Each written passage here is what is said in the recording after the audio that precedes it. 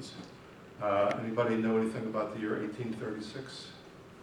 What happened in the year 1836? This was great. Front gates of Emory.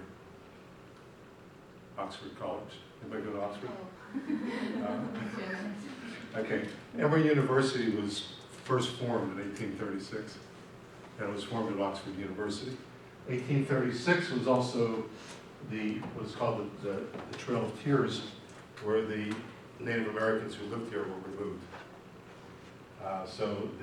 And that was called the Muskogee or the Creek. They go by both names.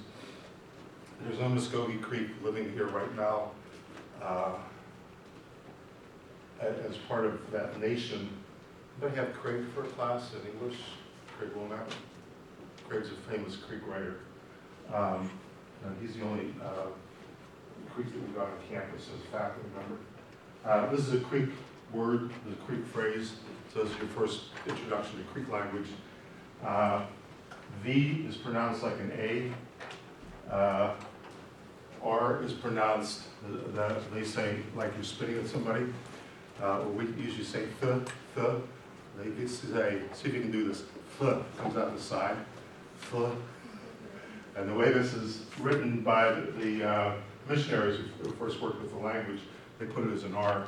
So it's like trilling an R in Spanish, except out the side, and you're doing double trill. So this is called ito. Ito is a tree or a piece of wood. Oki is a group of things, so that's a forest. And Keithlida. N Keithlida. T is like a D. Refers to the forest's knowledge. So it's not that it's very subtle. I think you'll get it as younger people, is the forest has all this knowledge of how it works that we can never understand. It's so far beyond our intellectual understanding of things. Anybody ever read the book by Aldo Leopold, where he has an article called Thinking Like a Mountain? There was a fellow who was the first professional wildlife biologist in the United States, who his first job was as a wolf hunter for the U.S. Fish and Wildlife Service. And he worked down in the Grand Canyon area with the idea that if you killed wolves, you had more deer for the hunters. And what they found out after a lot of years, if you killed the wolves, you got a lot of deer, but they ate all the browse and then they died off too. And so Albert Leopold wrote this amazing story of when he was working as a bounty hunter of wolves. And he said he and a friend, they were young, they were basically your age. They were sitting up in the rim of the Grand Canyon, and they thought they saw a deer moving down below, and they scoped it, and there was a wolf. It was within shooting range, and they shot it. And they went down to it, and then he found out that that wolf was not only dead, but she had pups. And she wasn't dead yet. And she looked up at Elder Leopold and said he could see the green fire shining in her eyes. And she was giving up, she was ready to die, but she was looking at him like, you just don't understand. And he said, at that point, I knew that the wolves had greater knowledge of the mountain than I would ever have. And this is embedded, I think, in almost all traditional cultures, is intellectual understanding is helpful, but there's stuff we just don't understand. So you'll get a little bit about my knowledge about the forest today, but it's nothing like the knowledge that the forest has of itself, or reality has to itself. And that's hopefully another really basic take-home message that I would like to put out. In honor of Tibetan Week, anybody seen the mandala yet? Yeah? Let me see how many people have seen it so far. Anybody seen mandala in the past? Okay, so they're building the mandala where? Sandy? The one in the church? Oh, no. Is it today? Yeah. Do you know where they're building? Today. Yeah, Carlos in the upper floor. Oh, yeah. So if you get a chance, go over there to it. The mandala today is basically, we use the words in the environmental studies as a map. So it's a map of the universe, it's a map of reality. And it's very similar to the map that is used by the Kuchma. They've got almost one, it's almost identical to it. So if you're looking at this map, it's all the variables that are involved in this interbeing to have health and balance. So it's health at the environmental level, health emotionally, health physically, health in the relationships. If we can balance things out as they're moving and changing, life can be better. And so the mandala is giving that idea of an ideal landscape where it's nirvana. Everything is perfect. And this particular representative of that this year is called Medicine Buddha. What is that in Tibetan tongue? Benghazi, something like that? I'm not really sure that. Because there's a chant that goes Benghazi, Benghazi. And if you don't understand what's going on, it's hard to relate to it. The colors have meaning, and the color blue is the most healing of all colors. It's the blue sky, it's openness, it's open-mindedness. So for the Tibetan doctors who are here this week, they look upon this as the ultimate healer that you try to be take as your role model. And the broader you can put your knowledge, like the openness and expansiveness of the sky, the better doctor you're going to be. The healthier you're going to be, the happier you're going to be. And he's sitting on a pedestal. It's actually a lotus that's opening up. Perfect beauty, perfectly balanced. And it's growing out of the muck and the mire of everyday life. But sort of once we get a little wiser and a little nicer, life gets better. And he's holding some medicinal plants, one called Marobalin. Do you know that one, Sandy? No, I don't. It's in the Himalayas. And these are precious medicines that are actually made. So, and he has a bowl over here that also has a medicinal plant in it. But there's also the medicine of understanding things better. There's a medicine of working with your emotions. And so there's this interdependency of our mental view, our emotions, our physical health, and the health of everybody around us. So for me, actually, when Tibetan artist was here 2 years ago, last year or 2 years ago, I sat in a class where we were doing a drawing of Medicine Buddha, and in his bowl I put a Starvine plant. And Tibetan artist thought that was pretty cool. That was sort of a local way of doing it. And as I was reviewing what I've been learning of Tibetan medicine and what I've been learning of Starvine, I see a real close relationship. There's something in the social sciences called triangulation. Any anthro majors here? Any other social science majors? Do you know that concept yet? It's sort of, if you can find it in 3 different places, you're onto something. So if 3 of us have a similar idea, it's sort of like worth going for. 2 of us might just be antagonistic to each other, or one of us is, kind of self-absorbed. But if you got 3, it's coming from 3 cultures, you're onto something. And I try to look for things in Western medicine, in Greek Muskogee, and when I understand my various Asian medicines. So this is actually, part of this is the beginning of the text that all Tibetan doctors memorize. They memorize it verbatim, so it's deep in their hearts, and then they develop their skills off of that. And try to imagine this. This is part of the power, I think, of Tibetan view is you don't just think about it in your head, you try to really experience it emotionally. So you imagine there's this amazing mountain, and in China these mountains are called snow mountains. They're places that are really remote and they really haven't been torn apart yet. They're as natural as you could possibly get. And sitting on top of this amazing mountain that everything is healthy, everything is vibrant, it's a great place to be, is this remarkable city with a palace in it. And the Medicine Buddha is sitting in that palace. And if you come to him, he'll teach you some things to do.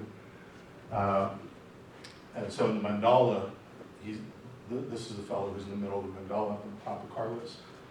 But on that mountain, and this is the same way in Crete, to the east of the mountain there are certain medicinal plants. To the west, there's certain medicinal plants. To the south, there's certain medicinal plants, and to the north, there's others. They're all used for different purposes. I found out after a couple of years that my Starvine preferred certain places, and that actually it was used for certain healings that were very similar to the Tibetan, except this is the way it was actually utilized in China. We'll get to some of the kind of mysteries of this as we go. So here's something that the Tibetan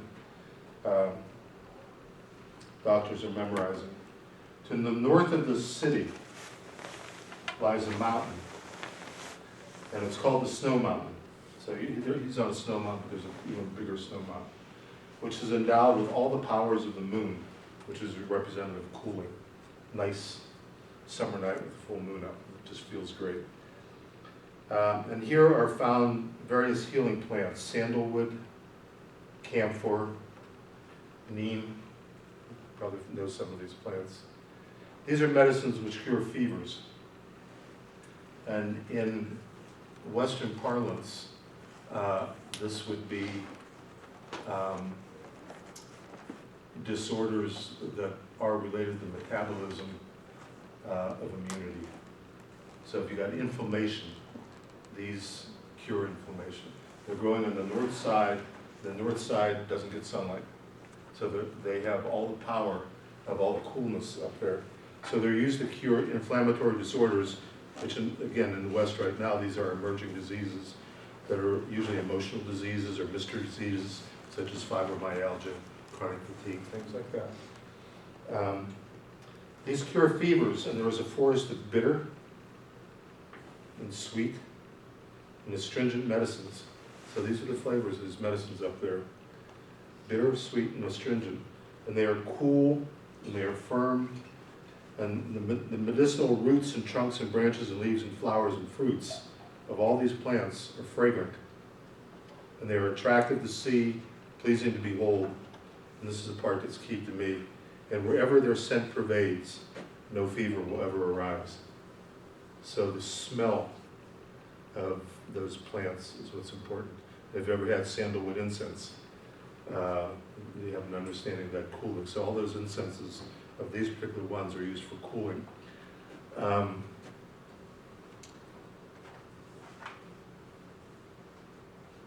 And to me, the hint is that you don't want to be cutting these or digging these up too much. It's the fact that they're there that's so very important.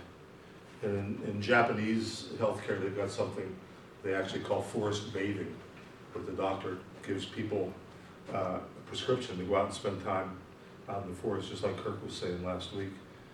You go out into that forest, and it's very, very helpful just to be there.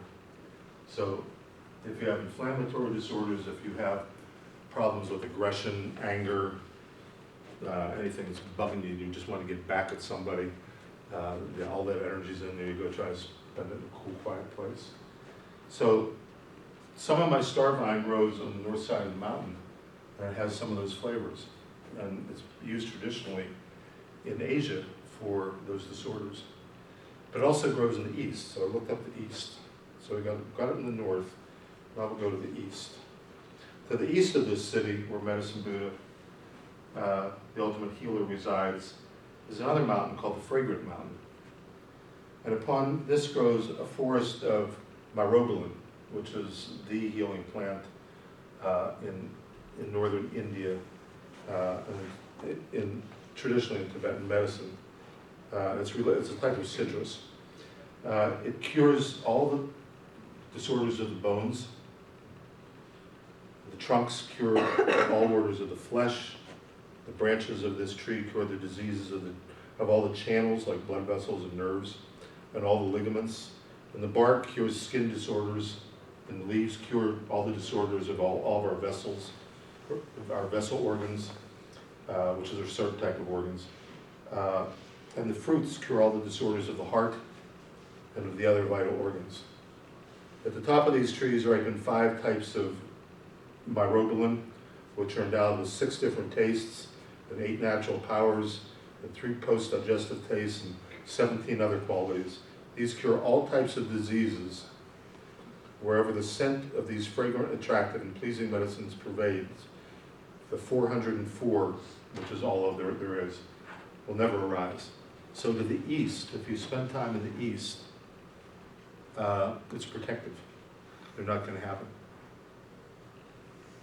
So wherever that smell arises, wherever the forest is intact, that will protect the individual and the environment and everything involved with it. To the south, where there's a lot of sunshine, you're curing all the, guess what you're curing? If the north cures heat disorders, the south cures. So we want the sun to come out today to cure all of our cold disorders. And then on the west, where the sun is setting, it'll cure about anything that you've got over there that you already have a disease. So the east prevents them, the west will cure the most incurable things. And it includes things like arsenic and mercury and things like that, which are very dangerous drugs. So in modern parlance, these would be the most powerful medicines that we've got. So if you go up and see Medicine Buddha, you will see these. Remember I mentioned the 5 smells. This is Chinese 5-spice. You know, Sandy? Tell us about it. It's basically like it's a combination of 5 herbs. One there's also star anise, I think it's in them, and then A basically little louder. they put star anise in that. That's one of the main ingredients, but they use it for many meat dishes, and it's got many medicinal benefits, including like it's like a cure-all for almost everything you think of. Yeah, and why is it a cure-all? Because there's just so many herbs. Like star anise, I know is really good for I think like the heart, and then there are other herbs in there. Like I forgot what the other one's called, but was it cumin maybe? Yeah, I think I think it's cumin in here. It's listed on there. I'm going to send it around so Oh, there you you go. can cheat. And so that's why because there's so many of it, there's so many things that can cure. Yeah, so it's in these traditional medicines, if things have these 5 tastes, each one of them is good for a different kind of disease. And they mix them all together to put in dishes. Send that around. And Sandy mentioned that one of them is star anise. Take one of these and keep it with you. It's considered to cure about anything. And any problems of the heart, which are emotions and actually mental misunderstandings. If you carry one of these things with you, it's considered to cure all that. And if you look at it closely,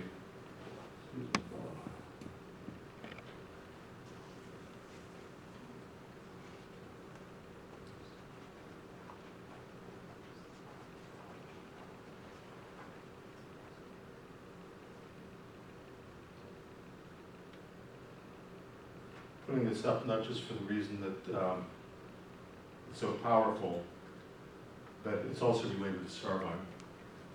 And Starvine is considered the only plant in Chinese medicine that has all the flavors and smells. And so Starvine is a cure-all in Asia. So this is star anise, which brings us to another point, and that is that there's this amazing biogeographical phenomenon that, how many people from Asia here have Asian background, Asian blood in you? Okay, so this is great, so almost half of the class, okay? In the forests in China, parts of Japan, Korea, Western Tibet, the forests are almost identical to the forests around here. There are trees that are both here and both there. Starvine is one of the plants that's both in Asia and is here. The star anise is both here and throughout Asia. The star anise that's there is very edible. The star anise that grows in the United States is poisonous. So you have to know your ethnobotany, basically. And the star anise is related to the starvine. So star anise, starvine, Asian forest, the forests of the southeast. So let's see.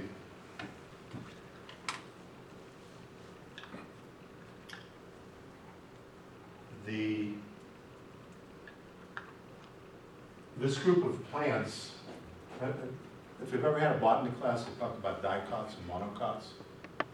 Anybody know what they are, dicots and monocots? It depends on, it's sort of a basic way you break down plants. They either have a lot of, they look like a grass, or an iris, or a lily, so they have that kind of leaf, or they have one that's kind of a regular leaf. So monocots are one type, dicots are the other. There's also a group that was there before both of them, that both of them are considered evolved out of. And the first family they evolved out of is magnolia, so this is the magnolia cone, where all the seeds have already fallen out. It's considered to have evolved in part from pine cones. So the first flowering plants for the magnolias were very closely related to pine cones, and Starvine is in that group of these basal groups.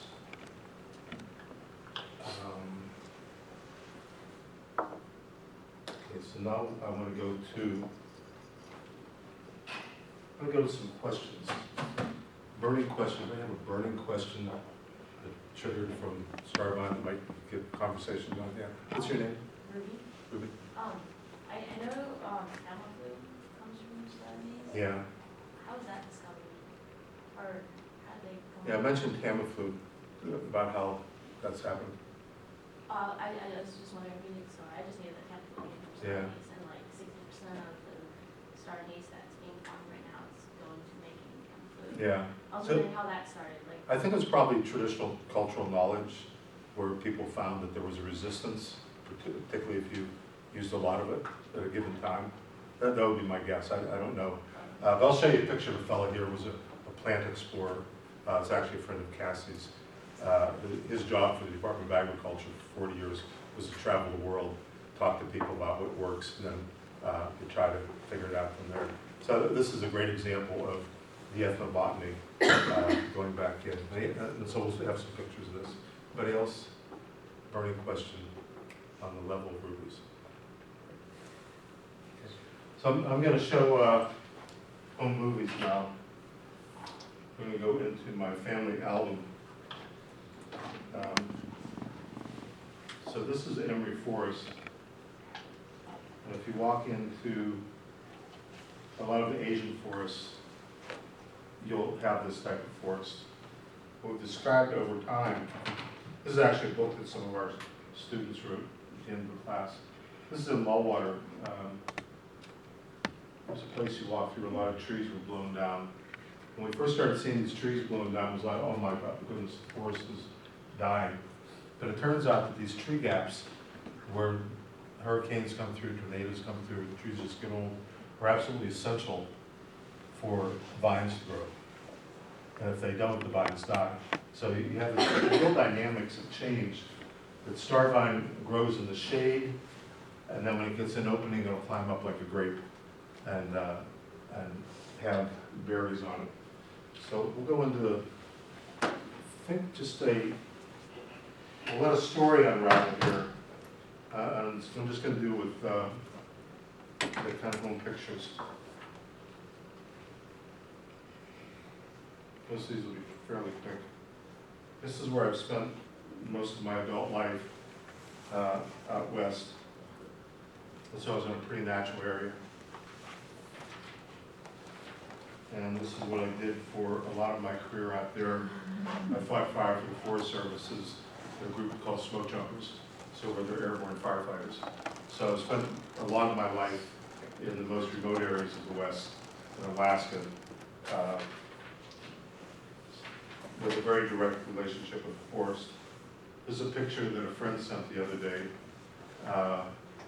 from close where we live. There's a new wolf pack in the area.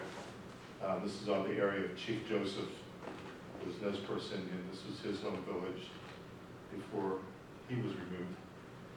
So this new wolf pack has been reintroduced to this area. And part of the fascination out there was bald eagles all over the place. And then I came to Emory. I'm trying to figure out a way to get Swoop in on this. I really like Swoop. So I'm trying to figure out how am I going to have that feeling that I had out here where all of a sudden I'm surrounded by cardinals and chipmunks rather than wolves and bald eagles. And this is something that happened fairly recently. This is actually a symbol of the Creek Muskogee. This is your pileated woodpecker, or what's the big one that's in Louisiana, Mississippi, they think is about extinct. But this is, this fellow is called, can't remember the creek name on it. So he's one of their symbols. So now we're in the Emery Forest, and it turns out that the Emery Forest is considered to be the best forest of its kind that's left in the United States. It's called the foothill forest or the Piedmont forest. And it's between the coastal plain. You know, you get the Macon in that area, all of a sudden it drops off into the coastal plain. And that's where a lot of the mills went because you had the water power. And the mountains themselves. The mountains were mostly Cherokee. The foothills were mostly Creek Muskogee, as was the whole coastal plain. So we have this amazing forest here. And show you some people that have been involved on this here. For lack of time, I won't be able to actually put some of this music up, but there was a group called the Primatons. And Sandy, do you recognize anybody there? It's Stephanie. Yeah, the woman on the top is a woman who coordinates all of our programs in environmental studies. This was her in her early 20s. The Primatons was a rock group that was considered one of the best in the South. And Stephanie was their songwriter. Stephanie can help you when you're writing projects too. So you never know what you're going to end up doing. This is a friend of mine by the name of Jean Finelk, and Jean and I have worked with nurses for about 15 years because nurses are very interested in traditional health culture and different practices. And Jean's Lakota Sioux healer who was a very famous athlete in his youth, about killed himself with sex and drugs and rock and roll, and nothing worked, so he went back to the old ways, and Gene teaches the old ways of Lakota Sioux, and he teaches them around the world. And Gene's our primary go-to guy in all the Creek project. So what we need to know when we do this project, Gene, and he said, always be questioning yourself and why you're doing it in the first place. Keep your ego out of it, if possible, and realize you're working for the Creek Muskogee and the forest and not for your own ego, which is hard to do. This is another fellow we work with. This is him as a young man. Give him a guess. This is a fellow who was traveling all over the world for about 40 years as a researcher, looking to see what worked in different cultures. He's actually an expert, in addition to Amazon, on Chinese medicines. And so that's him young, and this is him old. This is Jim Duke, and Cassie might talk about Jim. He's the go-to guy. He's the godfather of ethnobotany at the moment. Guy's funny as can be, and now he says I'm 85. I can say anything I want, and I can sing any kind of dirty songs I want to. Except he's got some great songs about plants that you can't normally play in a classroom. This is a fellow who he has a master's of botany, PhD in education, master's of public health. He's the county health director in North Carolina, and he's the healer for the Cherokee. And when we were looking around, there was a mystery that came up that Stephanie figured out as I was trying to learn about Starvine. It's like, we can't find any ethnobotany of Starvine in the United States. Why not? And Stephanie realized going through books that everything that was written on the ethnobotany of the creeks was from below the fall line. It was on the coastal plain. There was nothing in the ethnobotany of the creeks from the Piedmont. As we looked into it, we realized that when the ethnobotanists came through, the Creek were finally at war, mostly with the state of Georgia, and they didn't share the knowledge of the Piedmont. We started looking around and asking anybody we could run into if they'd heard about Starvine uses in the United States. We ran to a book that this guy wrote, and he said, we have it as Cherokee, but it was a gift to us. And he said, it's called Chinese Starvine.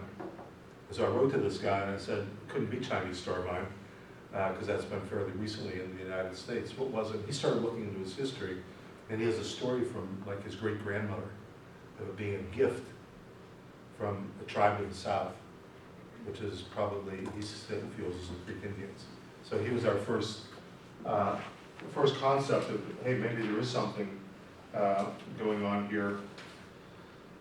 Since we found a really good example from an African American who works for the Forest Service in Arkansas, who says, my grandparents used it too. So those are only two of the stories that we have that seem very, very reliable right now. The other day, Kirk mentioned E.O. Wilson, talked about biophilia, or closeness. I've gone on some boards with E.O. Wilson. He's a great old guy. He's an ant specialist. He said he thinks he saw the first mound of fire ants in the United States as a kid, and if he would have stepped on them, they wouldn't have taken over the South on it. He's a world-renowned conservationist. This is a Tibetan monk who's based out of Birmingham now, and this is Sam Curran. Sam actually lives in Alabama, and Sam is our ginseng expert. We're trying to restore ginseng into areas because it's just about gone. And Sam has been telling us where he thinks it would work. This is a Tibetan doctor. We try to triangulate with Dr. Kenrob. Dr. Kenrob was here 2 years ago, quite a few months, and he and I worked on English together. But he's the plant specialist for the Tibetan Medical College. And Dr. Kenrob has been out in our woods here. So that's some of the people. Another person that got us on this track was Audubon. And there's this picture of this most beautiful bird called the indigo bunting that maybe down in the back row. It's almost the color of your blouse. What's your name? Erica. So it's the color of Erica's blouse. This bird that's actually, it's around here in the summertime. You hardly ever see it because it's sort of in the shadows. And he has it growing. He has his birds on a Starvine plant. And under it, it says, I've got them growing on Starvine because Starvine is a well-known medicinal plant in Louisiana. We can't find anything on it, but it was enough that it was a no-brainer for Audubon. So so this was my excuse to get out in the woods, go find this endangered plant, rather than working with endangered animals. And it turns out that the Emory campus is one of the centers in the world for what we renamed American Starvine. It's related to the Chinese guys, looks almost identical to them. Chinese Starvine in Asia is a revered medicinal plant, hardly any uses in the West. These are places that's been found in Georgia. The woods around Lulwater are one of the greatest concentrations in the world of Starvine plant. It took me about 2 years to identify a Starvine plant to really figure out what it was. Here's where it grows in the southeastern United States. Is the only place it grows. It's listed as a threatened plant rather than endangered because it's found in a bunch of places, but every place you find it, it's about dying out. So we're trying to find out basic information about this plant. And you guys doing monographs in here? This is a monograph on Starvine. I think there's probably 6 copies in existence, and I have 2 of them. But one of the things you go into is the why it's related to what it is. You can see the magnolia on the bottom, and then it goes into different groups, but all these are still in existence. All these are over in Asia. This is American Starvine. They were saying look for the relationships for them. And then when you find these taxonomic relationships, you start to find chemical relationships because people have done some work on them. And if you see down at the bottom, there's this Chinese Starvine. And the substitutes for Chinese Starvine in Asia are, when you can't find Chinese Starvine, you use bicolor or rupanda. And you can see how they're related when you go back here. So the chemicals are very, very similar. And here's ours. This is American Starvine, Schisandra glabra. So it makes logical sense that of all these ones that are utilized for medicine, the ones that are utilized most, that ours ought to be utilized as a medicine. And we're learning through scales of time and space. Starvine evolved when there were still dinosaurs and the first birds. That evolved is when the insects were coming out. The only thing that was around was a bunch of beetles then, and they ate on sap because there wasn't anything to pollinate. So Starvine goes back 65 million years to the time that there were still dinosaurs running around. And I think about that when I'm out in the forest. So there's always these flying dinosaurs there. And we also found out that, much to our surprise, anybody ever heard of Cahokia? Yeah, you know Cahokia? It's an amazing civilization that was based around St. Louis, but it was all over the eastern United States. And it's a pyramid-based culture. It's up in Etowah. It's founded by making it as Okmulgee. There's a picture of its ball field. Everything's always centered around the ball field. And all the dances are also held there. And the Creeks still utilize this, but for some reason, this is sort of the expanse of this culture. And it was from about 900 to the year about 1600, 1500, 1600. And one of the things that happened is DeSoto came in, and DeSoto was looking for gold. This is the Battle of Mobile, where he actually won, but broke the back of the Spaniards, and they never really did have a hold on the area. We found out that this is where your ethnobotany can take you. We find out that this is a picture done. They're making an Okmulgee. These are